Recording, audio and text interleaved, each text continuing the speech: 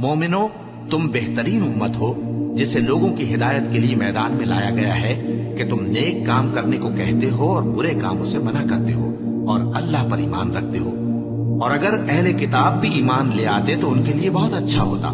ان میں ایمان لانے والے بھی ہیں لیکن تھوڑے اور اکثر نافرمان ہیں۔ یہ تمہیں خفیف سی تکلیف کے سوا کچھ نقصان نہیں پہنچا سکیں گے، اور اگر تم سے لڑیں گے تو پیٹ پھیر کر بھاگ جائیں گے، پھر ان کو مدد بھی کہیں سے نہیں ملے گی۔ یہ جہاں نظر آئیں گے تم دیکھو گے کہ ذلت ان سے چمٹ رہی ہے، بجز اس کے کہ یہ اللہ کی پناہ میں یا مسلمان لوگوں کی پناہ میں آ جائیں۔ اور یہ لوگ اللہ کے غضب میں گرفتار ہیں اور ناداری ان سے لپٹ رہی ہے۔ یہ اس لیے کہ اللہ کی آیتوں سے انکار کرتے تھے اور اس کے پیغمبروں کو ناحق قتل کر دیتے تھے۔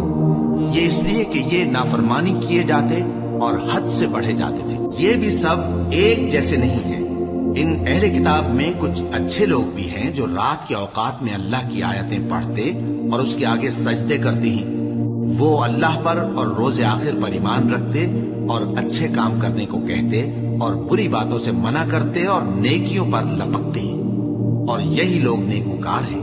اور یہ جس طرح کی نیکی کریں گے اس کی ناقدری نہیں کی جائے گی، اور اللہ پرہیزگاروں کو خوب جانتا ہے۔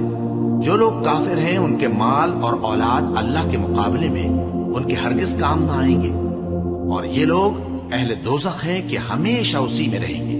یہ لوگ جو مال دنیا کی زندگی میں خرچ کرتے ہیں اس کی مثال آندھی کی سی ہے جس میں سخت سردی ہو، اور وہ ایسے لوگوں کی کھیتی پر جو اپنے آپ پر ظلم کرتے تھے چلے اور اسے تباہ کر دے۔ اور اللہ نے ان پر کچھ ظلم نہیں کیا بلکہ یہ خود اپنے اوپر ظلم کر رہے ہیں۔ مومنوں، کسی غیر مذہب کے آدمی کو اپنا رازدار نہ بنانا۔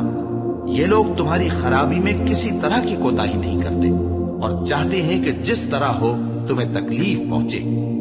ان کی زبانوں سے تو دشمنی ظاہر ہو ہی چکی ہے، اور جو کینے ان کے سینوں میں مخفی ہیں وہ کہیں زیادہ ہیں۔ اگر تم عقل رکھتے ہو تو ہم نے تم کو اپنی آیتیں کھول کھول کر سنا دی ہیں۔ دیکھو، تم ایسے صاف دل لوگ ہو کہ ان لوگوں سے دوستی رکھتے ہو، حالانکہ یہ تم سے دوستی نہیں رکھتے، اور تم سب کتابوں پر ایمان رکھتے ہو اور یہ تمہاری کتاب کو نہیں مانتے۔ اور جب تم سے ملتے ہیں تو کہتے ہیں ہم ایمان لے آئے ہیں، اور جب تنہا ہوتے ہیں تو تم پر غصے کے سبب انگلیاں کاٹ کاٹ کھاتی ہیں۔ ان سے کہہ دو کہ اپنے غصے میں مر جاؤ، اللہ تمہارے دلوں کی باتوں سے خوب واقف ہے۔ اگر تمہیں آسودگی حاصل ہو تو ان کو بری لگتی ہے، اور اگر تمہیں رنج پہنچے تو خوش ہوتی ہے۔